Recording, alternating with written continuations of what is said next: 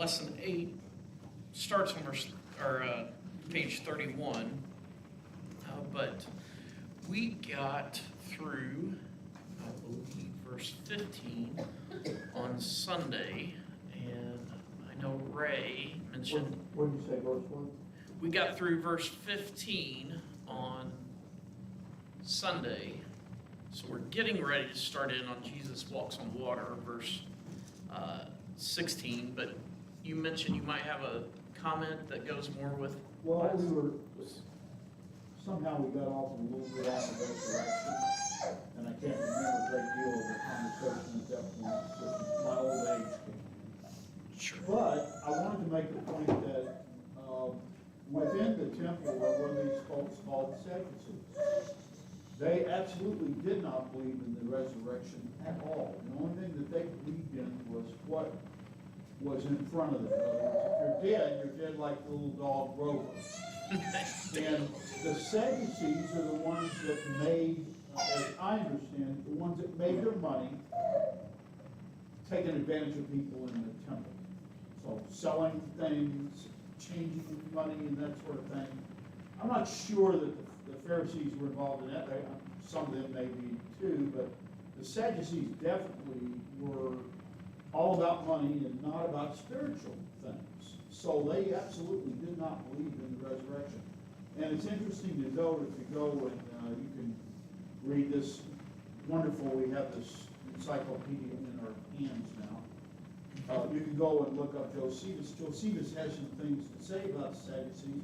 They disappeared off the face of the earth after 87. They weren't even around anymore. So you can understand that their beliefs, I mean, to me, that shows me that their beliefs were wrong. And they couldn't continue with what they were doing. I haven't studied it, I'm sure, as much as John has, but the Sadducees were, they don't exist anymore. They don't exist today. And, I don't think, although you may find some Jews today who think you are not keeping, obviously not keeping the law, but not even worried about that. They're thinking of it as I'm a Jew because I was born there. The Sadducees were strictly about money, and the law too, but it was all about money for them to make what they could get on this earth was what was important. Gotcha. Thank you for continuing that thought. Okay. So let's look at John chapter 6. If I could get a volunteer to read 16 through 21. Jill, thank you. When evening came, his disciples went down to the lake, where they got into the boat and set off across the lake of Capernaum. By now it was dark, and Jesus had not yet joined them. A strong wind was blowing, and the waters were rough. When they had rowed about 3 or 4 miles, they saw Jesus approaching the boat, walking on the water, and they were frightened. But he said to them, "It is I, don't be afraid." Then they were willing to take him into the boat, and immediately the boat reached the shore where they were headed. Okay.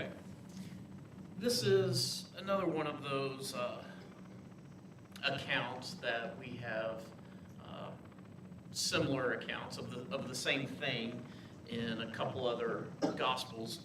I would, if we can, not to take anything away from John, but if we can, let's move over to Matthew chapter 14. And let's read, let's go ahead and do 22 through 27, if someone would read that account. Go ahead. Immediately Jesus made his disciples get into the boat and go before him to the other side, while he sent the multitude away. And when he had sent the multitudes away, he went up on a mountain by himself to pray. Now when evening came, he was alone there. But the boat was now in the middle of the sea, tossed by the waves, for the wind was contrary. Now in the 4th watch of the night, Jesus went to them, walking on the sea. And when the disciples saw him walking on the sea, they were troubled, saying, "It's a ghost." And they cried out for fear. But immediately Jesus spoke to them, saying, "Be of good cheer. It is I. Do not be afraid." Okay, so it gives us a little extra information, and I tell you what, it's so hard to stop there, because I do love the rest of Matthew 14, there 28 through 33, the account of Peter getting out of the boat. But we are studying John, so we won't spend, we could probably spend a whole class just on that part, that second part of this instance. But we'll look at just the part where immediately after feeding the 5,000 men, along with additional many, I'm sure, women and children, it says, so immediately after, what does, I'll bring along with the questions in the book too, why did Jesus send his disciples away? What does it say about what he was going to, kind of 11 and 12, and why did he send them away? Why was he going up on the mountain?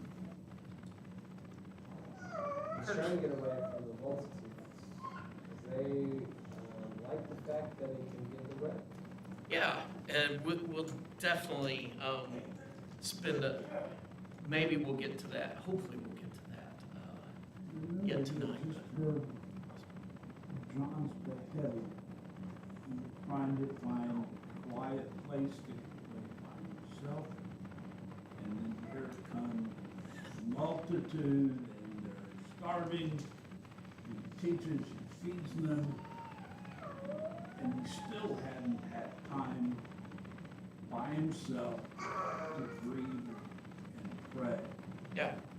So when they leave, sends the disciples out. Now he can breathe up to the mountain. He can do what he was intending to do. Yeah.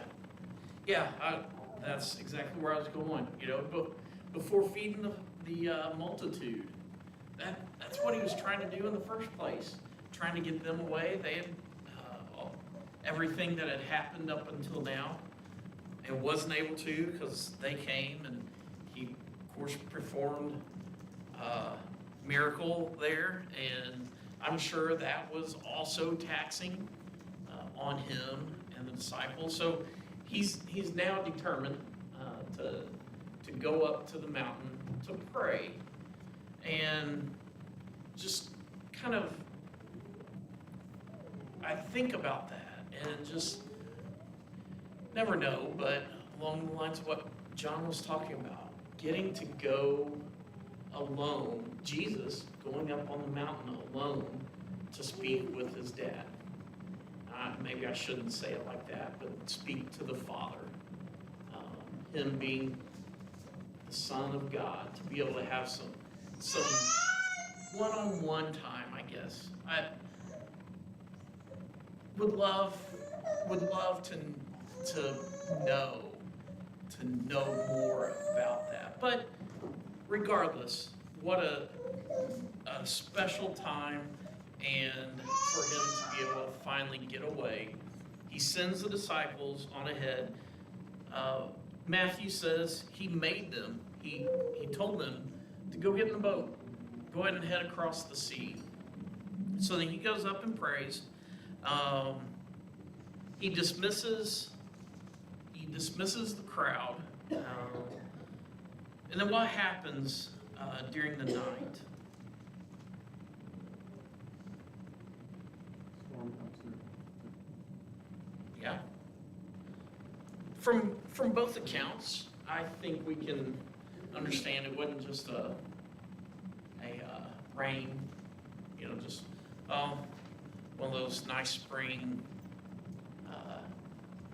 a good downpour that the crops need. It was, the storm, the wind, the fear, different adjectives, at least, that are used. Fierce winds and for the wind was against them, beaten by the waves, as Matthew says. Go back to John. Since that's, The sea became rough.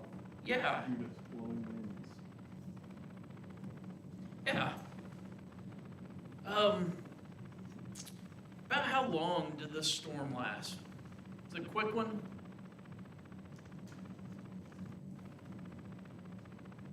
I'd say it lasted long enough to scare me. Yeah. They Matthew, rode 3 or 4 miles. I'm sorry? They had rode 3 or 4 miles. If I'd been rowing, it would have been about a week. But given the storm, they had to have rode some time. These kind of Yes. storms are very common, even today.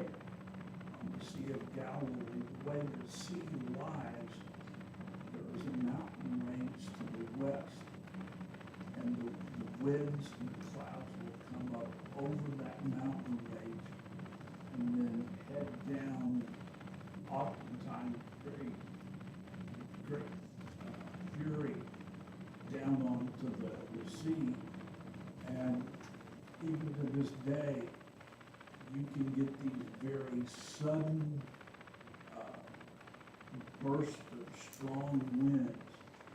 And if you're in a little boat with a sail, then it will be fun. No.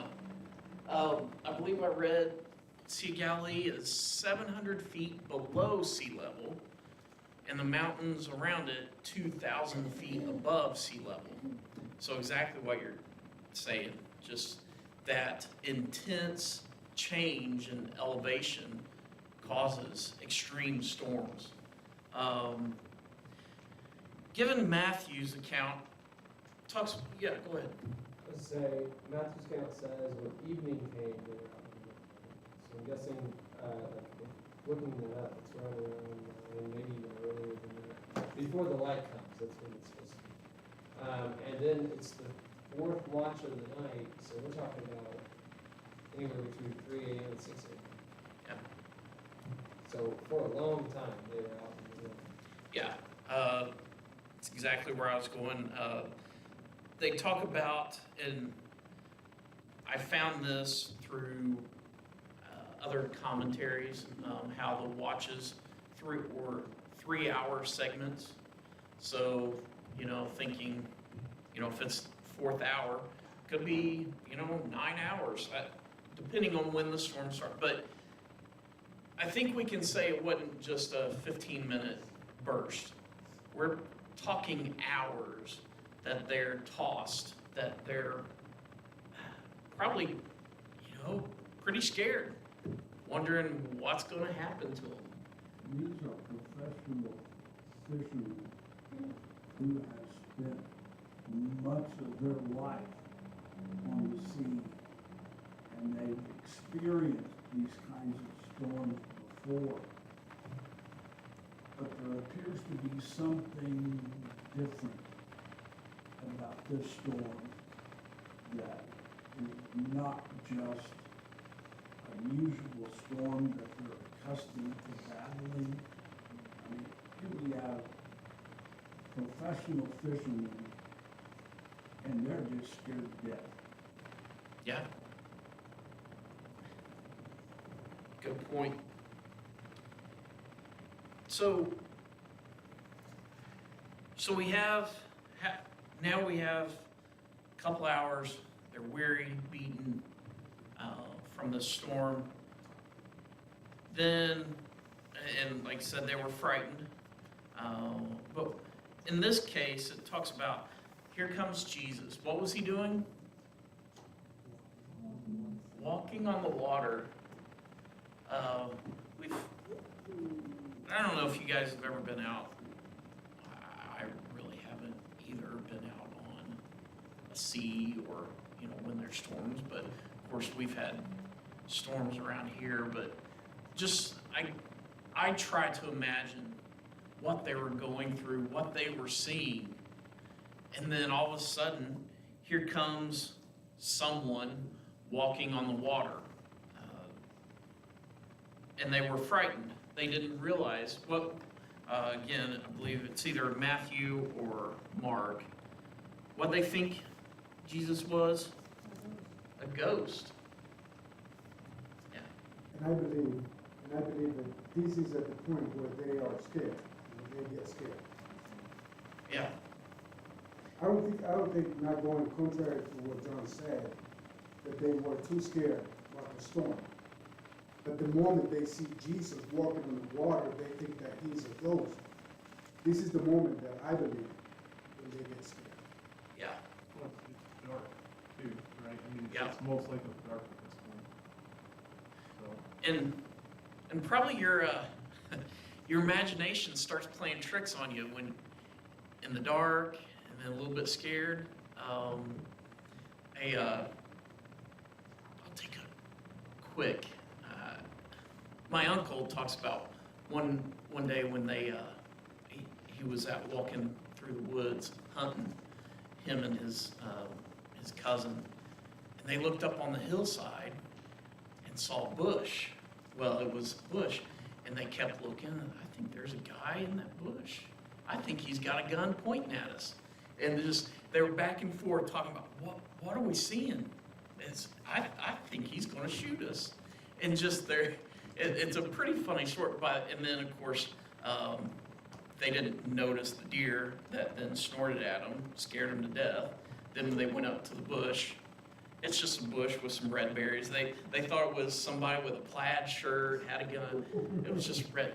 But, that's kind of a funny story, but I think it maybe a little bit like what they're in, that their imagination, okay, we might die here. What's going on? All of a sudden, here's something walking across the water. Of course, they have never seen anything like that before.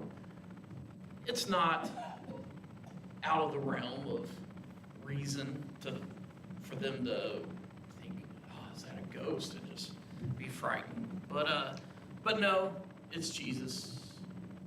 Comment? I would say also what plays into it is the way that they looked at the sea. They kind of looked at it as the abyss. It was a place where a lot of people have lost their lives because of storms like this.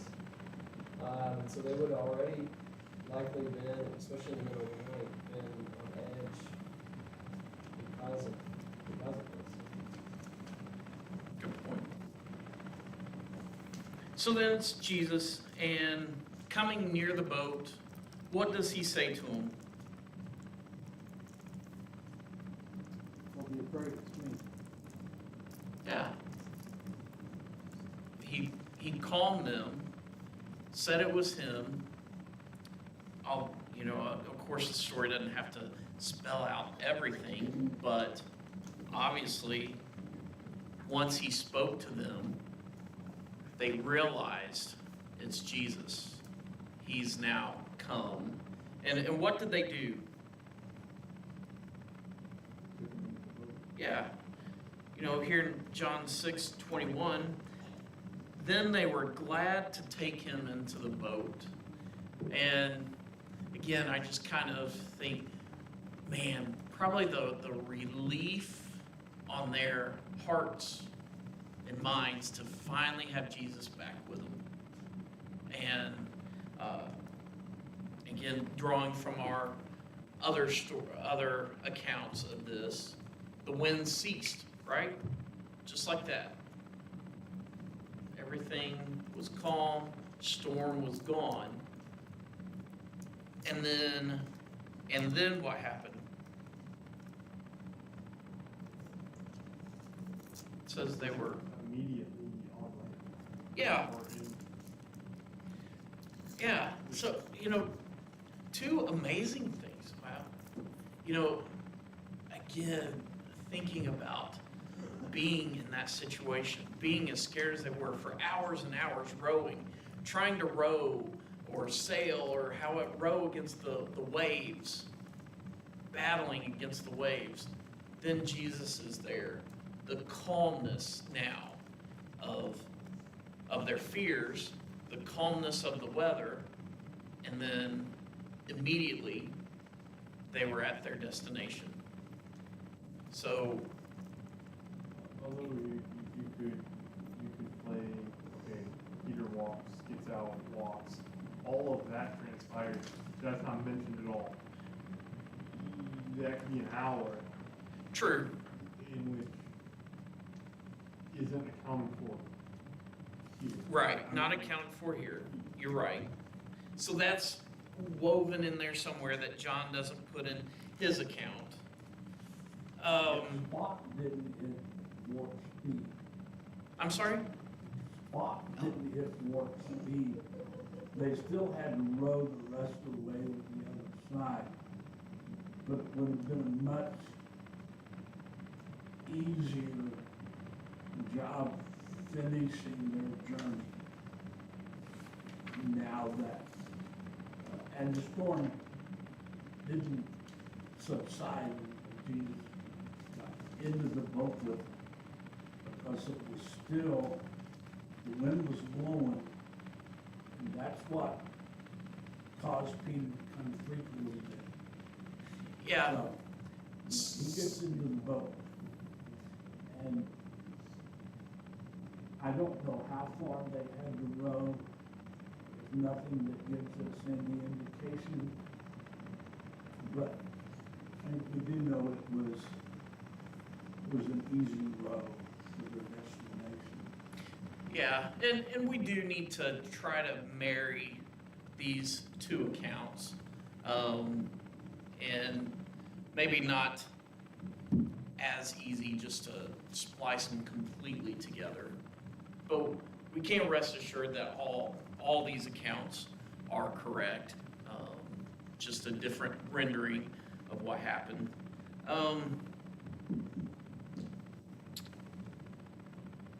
I think that's important for us to grasp. If they would all say the same thing, we'd probably start doubting these accounts. But the fact that there's some things that one person added in there, and other things somebody else added in there, that helps give them credibility. Otherwise, they would have just they'd been like, let's all sit down together and figure out what we're going to write. And they didn't do that. They just gave, from their perspective, and different emphasis in teaching different things. Like John's is by nature, the other ones are different than that. And so I think it's important that they have different things. Like Mark chapter 6, one of the, it kind of cracks me up a little bit. It says that as he was walking on the water, he would have passed by them, like he was just walking right past them, but they like cry out to him, and he says in his eyes. So there's just different emphasis in each other. And I think that's important. Yeah, that, I didn't mention that, but yeah, I did kind of, that's another one of those things, like, okay, well, if they didn't notice him, would he have just gone on? I mean, I guess it says, he would have, where was it? Chapter 6, Oh, yeah. 48. 48, he meant to pass by them, but they caught him. Yeah. Like, hey, wait! You know, Yeah. Hold on, look and get on the boat. yeah, so that's a good point. And I mean, even today, not looking at the Bible, but you know, we anytime there's a exact, when multiple sources are saying the exact same thing, it's like,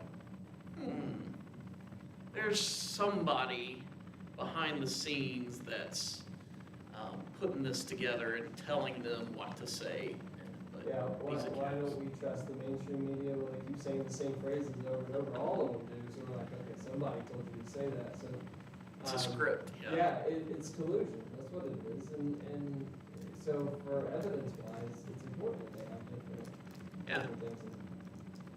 Even Oh. today, investigators call in multiple witnesses, and the witnesses tell exactly the same story. the investigators will dismiss all of it, even to this day. Yeah. Is a common practice. Yeah. No person experiences the same thing 100% the same as someone else. I didn't say that exactly right, I don't think, but you get what I mean. We get the gist. Yeah, yeah.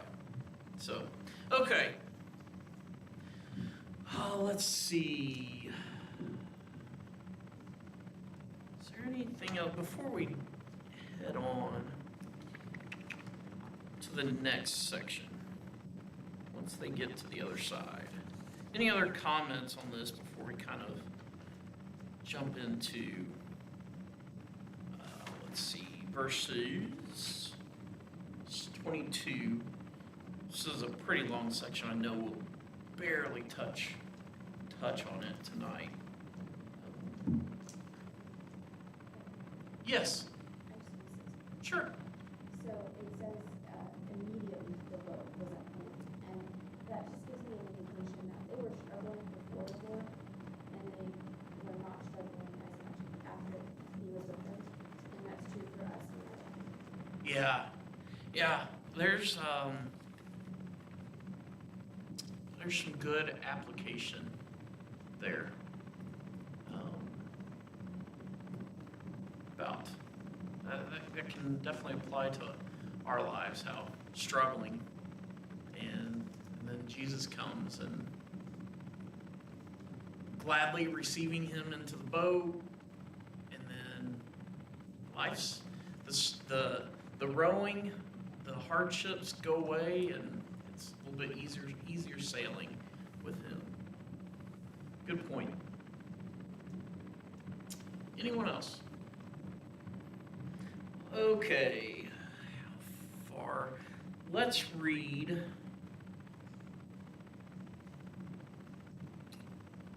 Um, 20. We'll just do it in little portions. 22 through 24.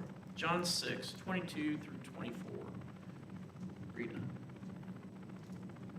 the following day, when the people who were standing on the other side of the sea saw that there was no other boat there except the one which his disciples had in, and that Jesus had not entered the boat with his disciples, for the disciples had gone to let it alone.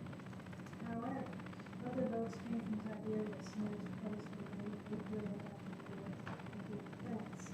When the people therefore saw that Jesus was not there and with his disciples, they also got into boats and came to Capernaum, seeking Jesus. Okay. So this gives us some insight as to the crowd that will definitely will be of significance in the dialogue that comes after. So this crowd now that's at Capernaum, what were they probably mostly made up of? The same people that were there.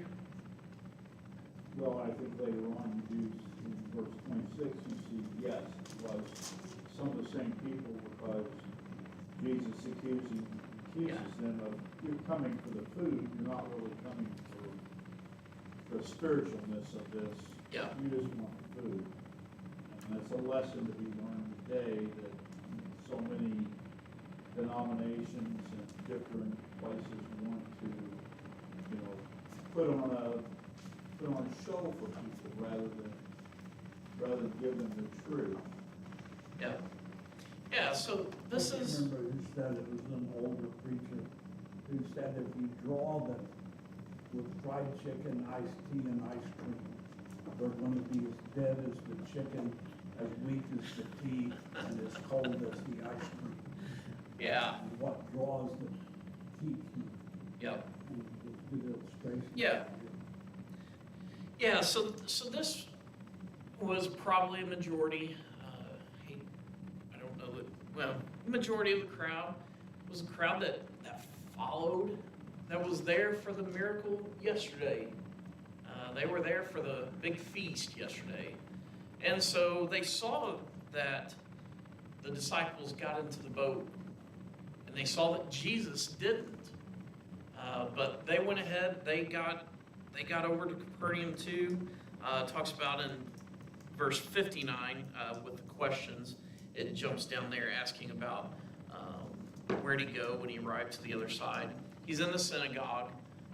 These are some of the same people that were over on the other side yesterday. So they wonder, well, I don't want to go that. Well, yeah, the crowd saw that Jesus wasn't there, or didn't get in the boat with the disciples. So they're like, well, how did he get over here? Because he wasn't in their boat, he wasn't in our boat. How did he get over here? So let's read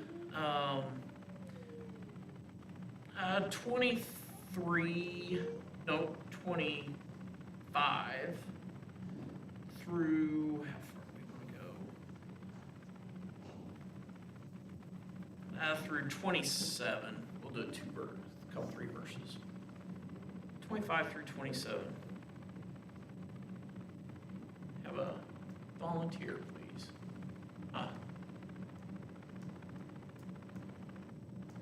And when they found him on the other side of the sea, they said to him, Rabbi, when did you come here? Jesus answered them and said, most assuredly I say to you, you seek me, not because you saw the signs, but because you ate of the loaves in the field. Do not labor for the food which perishes, but for the food which endures to everlasting life, which the Son of Man will give you, because God the Father has set his seal upon him. All right, so yeah, they see, and so they ask him, point, how'd you get over here? How did he tell them he got over there?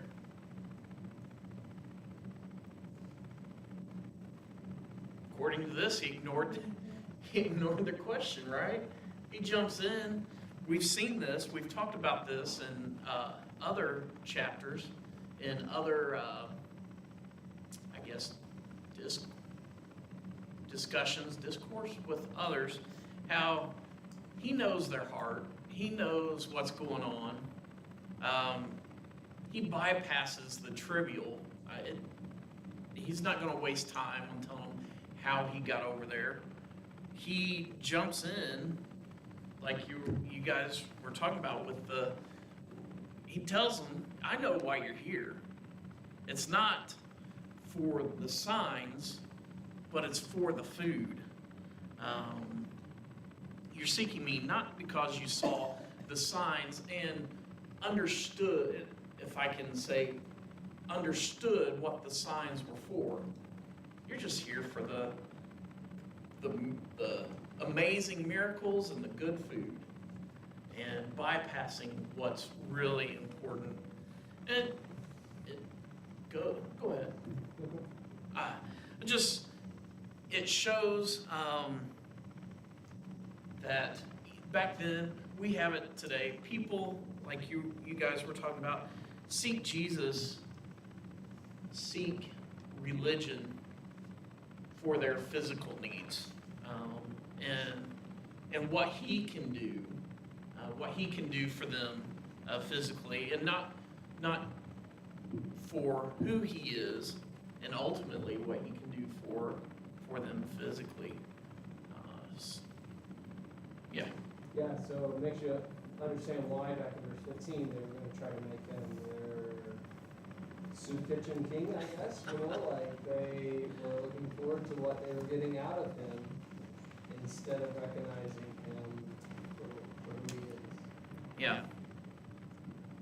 The entertainment factor comes in there too. You think that we should be able to go to this and show that to people and say, yeah, well, you're not enough entertainment. There's not a $50 bill under the seat.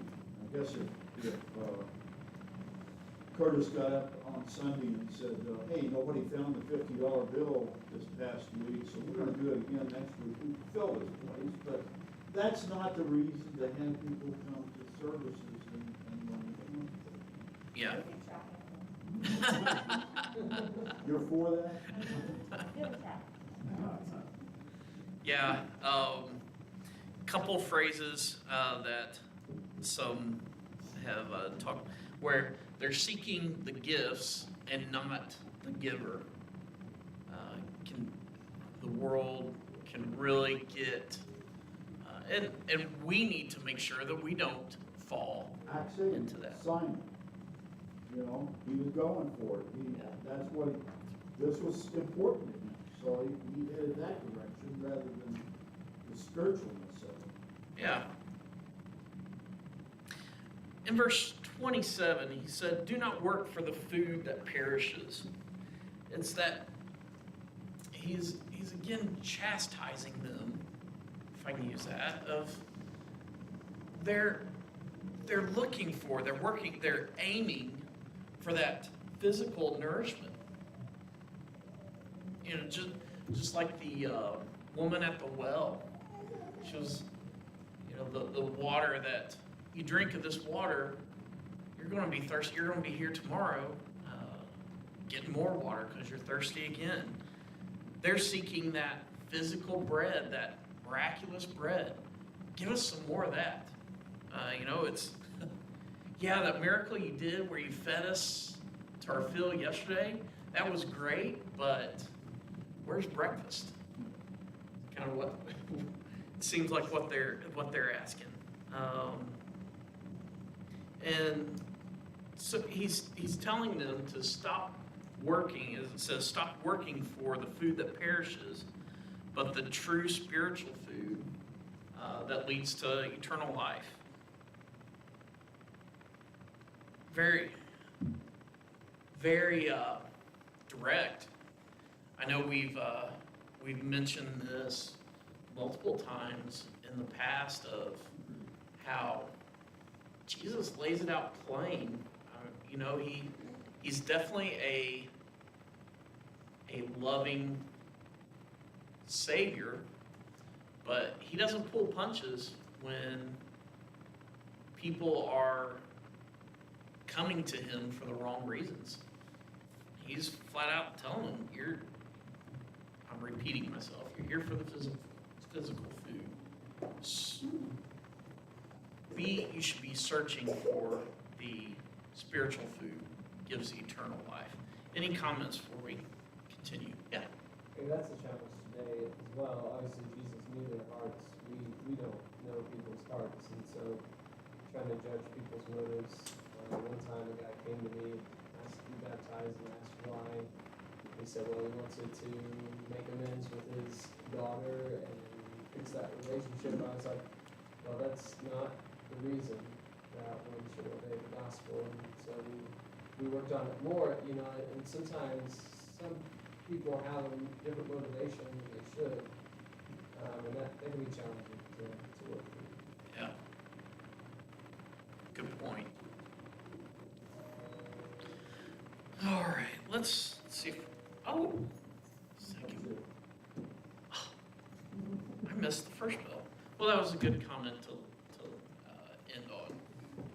I'm locked Any with other? a fellow a few years ago who attended one of the mega churches here in the area. And he was telling me that they had quit attending and he had gone to the other mega church. And he really liked it there a whole lot better. And this is besides, their coffee tastes a whole lot better. Can we try that too? Oh, We love your coffee. oh, Jill.